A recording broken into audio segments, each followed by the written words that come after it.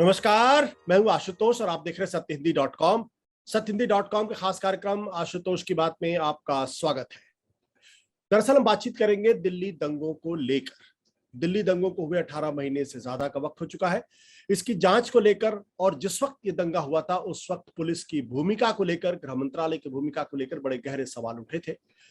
लगातार ये सवाल किया जाता रहा कि दरअसल इस दंगों के दौरान पुलिस की भूमिका संदिग्ध है। यह भी कहा जाता रहा कि दंगों के बाद जो इन्वेस्टिगेशन हो रही थी, जिस तरीके के एफआईआर दर्ज हो रहे थे, वो एक तरफा हो रहे थे और कहीं ना कहीं उसमें एक सांप्रदायिक पूर्वाग्रह पहले से काम कर रहा था। यह भी कहा जा रहा था, यह भी आरोप लगाया जा रहा था कि दरअसल पुलिस जो है सिर्फ एक संप्रदाय विशेष यानी अल्पसंख्यकों के खिलाफ ही केस दर्ज कर रही है, जो बहुसंख्यक समाज था उसके खिलाफ केस दर्ज नहीं कर रही। ये आरोप थे और उस वक्त सरकार की तरफ से कहा गया कि दरअसल ये जो लोग आरोप लगा रहे हैं वो इन दंगों के माध्यम से मोदी सरकार की छवि को धूमिल करना चाहते हैं और उनको एक तरीके से गलत साबित करना चाहते हैं।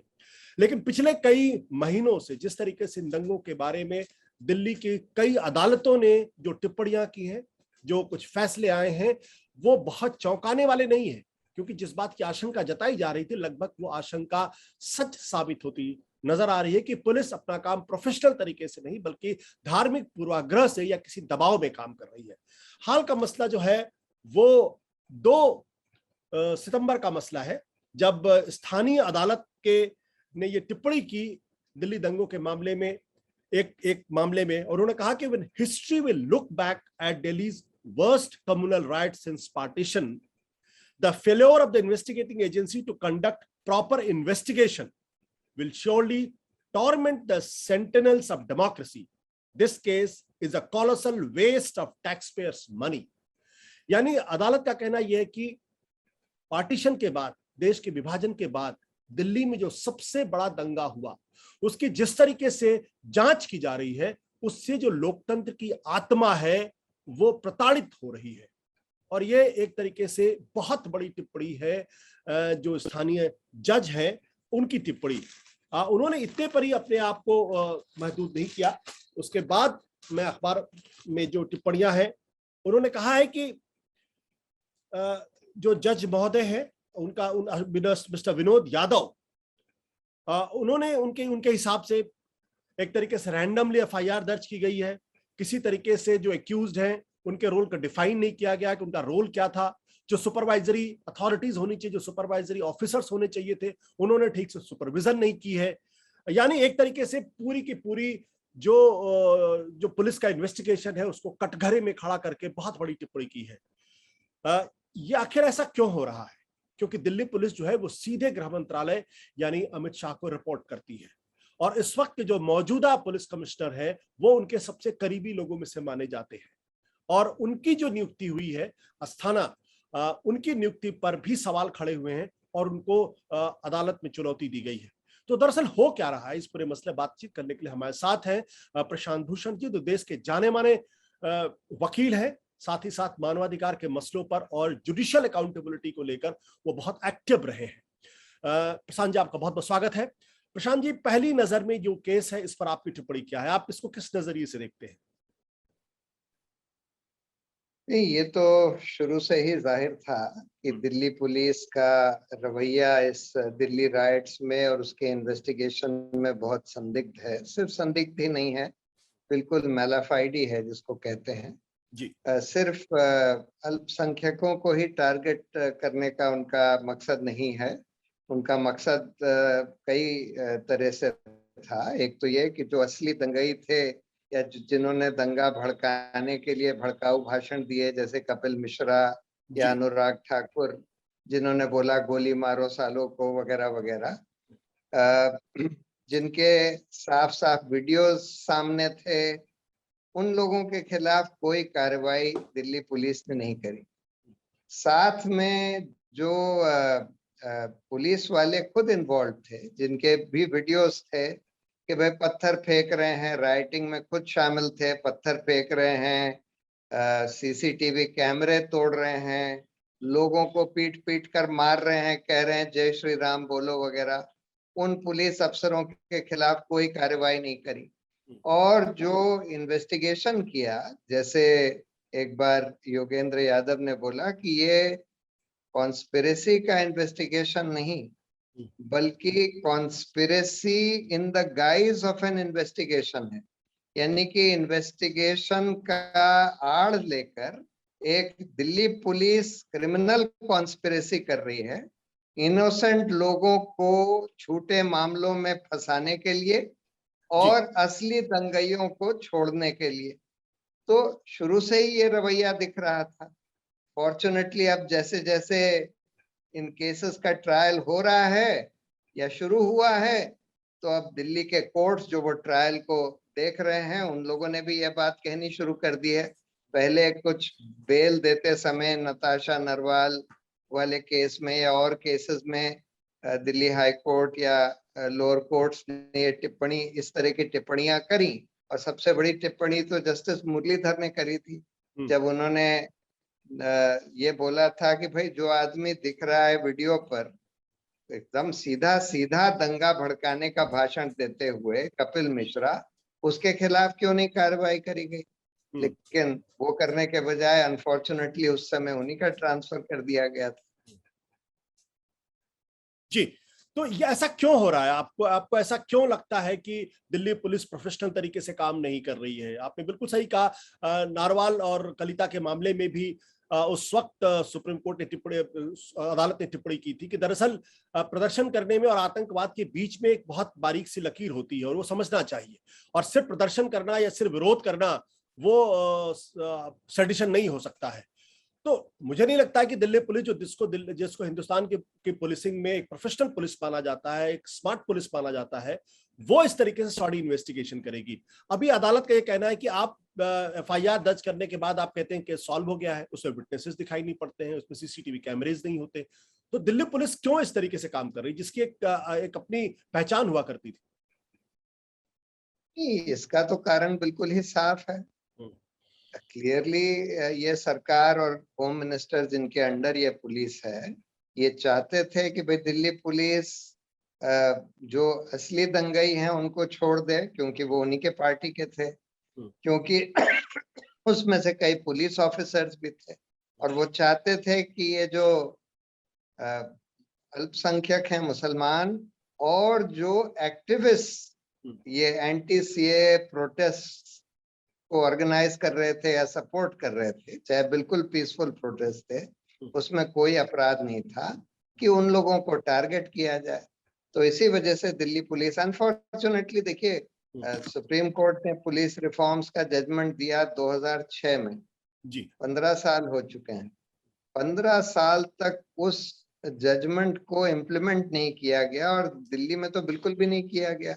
अभी ये जो राकेश अस्थाना का अपॉइंटमेंट किया है दिल्ली पुलिस कमिश्नर के तौर पर, इस अपॉइंटमेंट में तो उस प्रकाश सिंह के जजमेंट की बिल्कुल धज्जियां ही उड़ा दी हैं। उसमें यह कहा गया था कि भाई पुलिस कमिश्नर का अपॉइंटमेंट यूपीएससी एक पैनल प्रिपेयर करे, उस कैडर के सीनियर ऑफिसर्स जिनकी अच्छी छवि है वो भेजे और उसमें से सिलेक्शन किया जाएगा। ये तो उस कैडर के भी नहीं थे, ये तो गुजरात कैडर के थे। इनका तो 3 चीजें एक साथ कर दी केंद्र सरकार ने। एक तो इनका ट्रांसफर कर दिया कैडर गुजरात से दिल्ली, वो भी बिल्कुल रूल्स के खिलाफ। उसमें लिखा है रूल्स में कि सुपर टाइम स्केल में आने के बाद इंटर कैडर ट्रांसफर नहीं हो सकता। फिर इनको 1 साल का एक्सटेंशन दे दिया इनके रिटायरमेंट के 3 दिन पहले जी, वो भी नहीं दिया जा सकता। रूल्स में एकदम साफ साफ लिखा है कि एक्सटेंशन सिर्फ कुछ खास लोगों को दिया जा सकता है, जिसमें ये नहीं आते। फिर इनको दिल्ली पुलिस कमिश्नर अपॉइंट कर दिया बगैर यूपीएससी के रिकमेंडेशन के, और इनके 6 महीने भी नहीं बाकी थे रिटायरमेंट के, जबकि सुप्रीम कोर्ट ने ये बोला है कि जिन ऑफिसर्स के रिटायरमेंट के कम से कम 6 महीने बाकी हों उन्हीं को अपॉइंट किया जा सकता है। तो बिल्कुल इन्होंने सुप्रीम कोर्ट के का जो ऑर्डर था पुलिस रिफॉर्म्स का, उसकी धज्जियां उड़ा रखी, जरा भी उसको रिस्पेक्ट नहीं करते और हर तरह से उसका उल्लंघन हो रहा है, और इसी वजह से दिल्ली पुलिस को अपना हथकंडा बना लिया है। आपको लगता है कि दिल्ली पुलिस, क्योंकि पुलिस पर एक आरोप आजकल ये लग रहा है कि पुलिस कम्युनलाइज हो गई है, क्या पुलिस कम्युनलाइज हो गई है, या पुलिस किसी दबाव में काम कर रही, पॉलिटिकल प्रेशर में काम कर रही है? मेरी राय में मेनली तो पॉलिटिकल प्रेशर में काम कर रही है, लेकिन थोड़े हद तक कम्युनलाइज भी हो गई है। जिस तरह से सरकार ने एक ऐसा माहौल बनाया है पूरे देश के लोगों को कम्युनलाइज करने का, और सारी मीडिया को, मेन स्ट्रीम मीडिया का इस्तेमाल किया है कम्युनल प्रोपेगेंडा के लिए, उसके चलते हुए हिंदुस्तान के कई लोग कम्युनलाइज हो गए हैं। उसमें कुछ पुलिस अफसर भी कम्युनलाइज हो गए हैं। दूसरी बात यह है कि ये सरकार जो है, जो कम्युनल अफसर हैं, जो मुस्लिम विरोधी हैं, उनका प्रमोशन करती है, उनकी पोस्टिंग करती है खास जगहों पर जहां इनको जरूरत है, और जो सेक्युलर हैं उनको विक्टिमाइज किया जाता है। इस वजह से थोड़ा कम्युनलाइजेशन भी हुआ है पुलिस में, और थोड़ा दबाव भी है। प्रशांत जी, ये अक्सर देखा गया है कि पुलिस जो है वो सरकार के इशारों पर काम करती है। क्या आपको नहीं लगता ऐसा वक्त आ गया है जबकि और इस वजह से बहुत सारे इनोसेंट लोगों को लंबे समय तक जेल में रहना पड़ता है? इस जजमेंट में भी जस्टिस यादव ने बहुत साफ तौर पे कहा है कि भाई लंबे समय तक लोग जेलों में पड़े रहते हैं, केस का इन्वेस्टिगेशन शुरू नहीं होता है, और आप जो है वो जिसे कहते हैं कि चार्जशीट जो होती है वो चार्जशीट आप दाखिल करते हैं जो अपने आप में कंप्लीट भी नहीं होती, सप्लीमेंट्री चार्जशीट आप दाखिल करते जाते हैं इन्वेस्टिगेशन के नाम पर। क्या वक्त नहीं आ गया है जब ऐसे रिफॉर्म होने चाहिए, या इस बात की जरूरत है जब अदालतें ऐसे अफसरों के खिलाफ पीनल एक्शन करें, क्योंकि आप किसी की जिंदगी बर्बाद नहीं कर सकते हैं? नहीं, बिल्कुल बिल्कुल। ये तो हम देख रहे हैं कि ये दिल्ली राइट्स के केस में, चाहे भीमा कोरेगांव के केस में, हमारे हिंदुस्तान के सबसे बढ़िया पीसफुल एक्टिविस्ट जो कि बिल्कुल सेल्फलेसली समाज के लिए काम कर रहे हैं, उनको विक्टिमाइज करके उनके खिलाफ झूठे केस बना बनाकर उनको जेल में डाल दिया है। और भीमा कोरेगांव में तो 4 साल हो गए, अभी तक ट्रायल शुरू भी नहीं किया गया है। और उनके खिलाफ यूएपीए लगा दिया, तो उसमें बेल मिलना भी बहुत मुश्किल होता है। वैसे तो खैर जस्टिस लोकुर और बहुत सारे जजों ने बोला कि यूएपीए और सेडिशन वगैरह बिल्कुल गैर संवैधानिक कानून है, ये कोई रूल ऑफ लॉ नहीं है, ये रूल बाय लॉ है, क्योंकि ये कानून जो है हमारे संविधान से मेल नहीं खाते। ये कोई सिविलाइज कानून नहीं है, इनको हमारे स्टैट्यूट बुक से जाना चाहिए। और पुलिस रिफॉर्म्स होने की जरूरत थी। अब पुलिस रिफॉर्म्स का मतलब, ये तो मामला 1960 से चला आ रहा है पुलिस रिफॉर्म्स का, कि भाई आपने अंग्रेजी पुलिस को अपना लिया। अंग्रेजी पुलिस, जो पुलिस एक्ट था अंग्रेजों ने जो बनाया था, उसमें पुलिस जो है एक इंस्ट्रूमेंटेलिटी थी एडमिनिस्ट्रेशन की। फिर बहुत सारे कमीशंस ने बोला कि भाई ये तो रूल ऑफ लॉ के लिए ये एक इंस्ट्रूमेंटेलिटी है, डिस्पेंसेशन ऑफ जस्टिस का एक हिस्सा है, इसलिए इसको एक एग्जीक्यूटिव की इंस्ट्रूमेंटेलिटी नहीं माना जा सकता। और इस वजह से बहुत सारे कमीशंस की रिपोर्ट आई। उसके बाद सुप्रीम कोर्ट ने 2006 में एक बहुत अहम फैसला दिया कि भाई आप स्टेट सिक्योरिटी कमीशंस बनाइए, नेशनल सिक्योरिटी कमीशन बनाइए, पुलिस एस्टेब्लिशमेंट बोर्ड्स बनाइए, पुलिस चीफ को आप एक फिक्स टेन्योर दीजिए, उसका सिलेक्शन एक प्रॉपर तरीके से होना चाहिए। आप इन्वेस्टिगेशन और लॉ एंड ऑर्डर वाली पुलिस को सेपरेट करिए। आप जो ग्राउंड लेवल ऑफिसर्स होते हैं, जैसे एसएचओ होता है या टाउन इंस्पेक्टर वगैरह होता है, उनका भी मिनिमम फिक्स टेन्योर करिए। लेकिन कोई उस जजमेंट का संज्ञान ही नहीं लिया जा रहा। अभी तक पुलिस को स्टेट जो है या गवर्नमेंट जो है अपनी इंस्ट्रूमेंटेलिटी मानती है, जिसको कि अभी सुप्रीम कोर्ट ने भी ये टिप्पणी करी हाल में कि भाई गवर्नमेंट्स जो है पुलिस को अपने पॉलिटिकल एंड्स के लिए यूज कर रही है, और पुलिस वाले यूज होने के लिए तैयार हो जाते हैं क्योंकि उनका प्रमोशन वगैरह हो जाता है, या उनको अच्छी पोस्टिंग मिल जाती है, या विक्टिमाइज नहीं किया जाता अगर वो सरकार का काम करते हैं।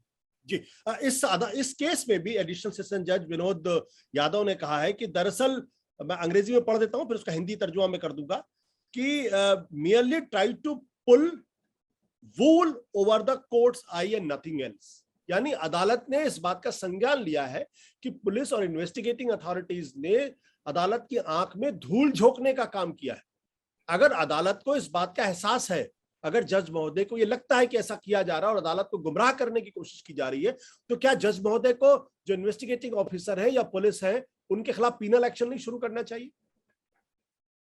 ये बिल्कुल करना चाहिए। और अब समय आ गया है कि जहां पर जो विक्टिम्स होते हैं, जिनके खिलाफ झूठे केस बनाए गए, उनको भी दोनों क्रिमिनल और सिविल एक्शन लेना चाहिए ऐसे पुलिस ऑफिसर्स के खिलाफ जिन्होंने उनके खिलाफ झूठा केस बनाकर उनको जेल में डाल दिया और उनकी जिंदगी तबाह कर दी। बहुत सारे लोगों की तो पूरी जिंदगी तबाह हो जाती है, इतने साल तक झूठे केस में जेल में पड़े रहते हैं। इतने सारे केसेस हुए कि 10 साल 20 साल लोगों के बर्बाद हो गए और उसके बाद फिर वो बरी हुए। तो बिल्कुल नॉट ओनली उनको कॉम्पनसेशन मिलना चाहिए और बहुत सीरियस कॉम्पनसेशन मिलना चाहिए, लेकिन इन पुलिस ऑफिसर्स के खिलाफ सिविल और क्रिमिनल एक्शन होना चाहिए जहां पर ये क्लियर है कि इन्होंने जानबूझकर झूठा केस बनाया और पॉलिटिकल प्रेशर के कारण झूठा केस बनाया। उनके खिलाफ बिल्कुल सीरियस एक्शन होना चाहिए, सिविल और क्रिमिनल। उनका क्रिमिनल प्रोसिक्यूशन भी और उनके जेब से कॉम्पनसेशन दिलवाया जाना चाहिए। दिल्ली पुलिस का जो मामला है वो थोड़ा सा अलग इसलिए है क्योंकि सीधे गृह मंत्रालय रिपोर्ट करती है, यानी देश के बहुत powerful minister Amit Shah supervise करते हैं। क्या उनके नाक के नीचे ये संभव है कि दिल्ली पुलिस के लोग अपना काम ईमानदारी के साथ ना करें और अदालत की आंख में धूल झोंके और अदालत को ऐसी टिप्पणियां करनी पड़े? बिल्कुल असंभव है और इसमें तो बिल्कुल क्लियर है क्योंकि उनके पॉलिटिकल पार्टी के ही लीडर्स ये दंगा भड़काने का काम कर रहे थे जिनको प्रोटेक्ट किया गया पुलिस के द्वारा। इसलिए ये साफ है कि ये पुलिस पूरी उनके इशारों पर काम कर रही थी और राकेश अस्थाना की पोस्टिंग करना एज पुलिस कमिश्नर यही दर्शाता है कि दिल्ली पुलिस को, क्योंकि ये तो होम मिनिस्टर के खास आदमी थे राकेश अस्थाना, इनको कि दिल्ली पुलिस को होम मिनिस्टर अपना हथकंडा बनाकर इस्तेमाल कर रहे हैं। तो आपको लगता है कि ये पॉलिटिकली मोटिवेटेड है सारा मामला? बिल्कुल 100%, इसमें कोई डाउट ही नहीं। क्या आपको लगता है सुप्रीम कोर्ट का इसका संज्ञान लेना चाहिए? नहीं, मेरी राय में तो देखिए ये इतने ज्यादा केसेस हो गए हैं कि सुप्रीम कोर्ट को, मैं तो ये कह रहा हूं कि ये एक इन्वेस्टिगेशन इनटू ए कॉन्स्पिरेसी नहीं है, ये एक कॉन्स्पिरेसी है दिल्ली पुलिस के द्वारा इन्वेस्टिगेशन के गाइज में बेकसूर लोगों को फंसाने की और असली जो कसूरवार लोग हैं उनको छोड़ने की। तो इस कॉन्स्पिरेसी का एक एसआईटी के द्वारा इन्वेस्टिगेशन होना चाहिए। कायदे से सुप्रीम कोर्ट को ये करना चाहिए, सुओ मोटो करना चाहिए। जब इतना दिख रहा है कि भाई अब इतने सारे केसेस इस तरह के हो गए, इतने सारे कोर्ट्स ने इस तरह की टिप्पणी कर दी इंडिविजुअल केसेस में, और आपको ये साफ दिख रहा है कि भाई ये कोई इन्वेस्टिगेशन नहीं हो रहा था, ये कॉन्स्पिरेसी हो रही थी, conspiracy in the guys of N investigation, तब फिर डेफिनेटली एक एसआईटी बनाकर, एक रिटायर्ड ऑफिसर्स की एसआईटी बनाकर, क्रेडिबल ऑफिसर्स की, इसमें इन्वेस्टिगेशन कराना चाहिए कि भाई ये कॉन्स्पिरेसी किसने करी, झूठे केस बनाने की, बेकसूर लोगों को फंसाने की, और जो कसूरवार लोग थे उनको छोड़ने की कॉन्स्पिरेसी किसने करी। इसमें क्या होम मिनिस्टर इन्वॉल्व है? कौन कौन इन्वॉल्व? क्या इतनी हिम्मत कर पाएगा सुप्रीम कोर्ट? वो अलग बात है, लेकिन करना चाहिए। मेरी राय में ये होना चाहिए। मैं इसलिए ये सवाल कर रहा हूं क्योंकि पिछले दिनों जो सुप्रीम कोर्ट में जो नए चीफ जस्टिस आए हैं उसके बाद से ये थोड़ी सी लोगों में उम्मीद बढ़ी है, आशा हुई है कि अब सुप्रीम कोर्ट थोड़ा ऑटोनोमस हुआ है, वो सरकार की जवाबदेही तय करने लगा है। ये क्लासिक केस नहीं है कि इस केस में अगर सुप्रीम कोर्ट इनिशिएटिव ले, सुप्रीम कोर्ट अगर कोशिश करे तो जो डिस्टॉर्शंस आए पिछले दिनों उसमें कमी हो सकती है। जो पुलिस वाले अनप्रोफेशनल हो गए, इन्वेस्टिगेशन नहीं कर रहे हैं, उनकी अकाउंटेबिलिटी तय हो सकती है। बिल्कुल हो सकती है, होनी चाहिए। सिर्फ दिल्ली राइट्स के केस में नहीं, भीमा कोरेगांव में भी ये 2 केसेस ऐसे हैं जिसमें बिल्कुल, भीमा कोरेगांव में तो पूरा एविडेंस आ गया कि किस तरह से इन एक्टिविस्ट के कंप्यूटर्स में एविडेंस प्लांट किया गया, जिसके आधार पर ये केस बनाया गया। और ये प्लांट किया गया पेगासस के द्वारा, और पेगासस सरकार ने खरीदा, इसमें कोई डाउट ही नहीं रह गया। और फंड्स भी ये नेशनल सिक्योरिटी काउंसिल सेक्रेटेरिएट से आए हैं, इसमें भी कोई डाउट नहीं है इस पेगासस को खरीदने के। और पेगासस के द्वारा इनके कंप्यूटर में प्लांट किया गया ये मटेरियल, फैब्रिकेटेड मटेरियल, जिसके आधार पर इनके खिलाफ केस बनाए गए। सो देयरफॉर ऐसे केस में सुप्रीम कोर्ट को इन दोनों केसेस में संज्ञान लेना चाहिए। दोनों केसेस में अगर हिंदुस्तान में कोई भी रूल ऑफ लॉ होना है तो इन 2 केसेस में एकदम इंडिपेंडेंट इन्वेस्टिगेशन करवा के, और उन पुलिस ऑफिसर्स और उन पॉलिटिशियंस को जिन्होंने ये कॉन्स्पिरेसी रची इनको फंसाने के लिए, बेकसूर लोगों को, उनके खिलाफ सीवियर एक्शन होना चाहिए। तभी इस देश में कोई रूल ऑफ लॉ चल पाएगा। हो पाएगा या नहीं हो पाएगा अपने आप में बहुत बड़ा सवाल है। सुप्रीम कोर्ट करती या नहीं करती, हालांकि पिछले दिनों उम्मीद तो बनी है, लेकिन फिर भी ये मामले ऐसे हैं जो भारत की जो छवि अंतर्राष्ट्रीय स्तर उसको तो मलिन करती ही करती, देश का जो सामाजिक ढांचा है, जो सांस्कृतिक ढांचा है, जो संवैधानिक ढांचा है, उसको भी तकलीफ पहुंचाने का काम। बहुत बहुत शुक्रिया प्रशांत जी हमसे बातचीत करने के लिए। Thank you sir.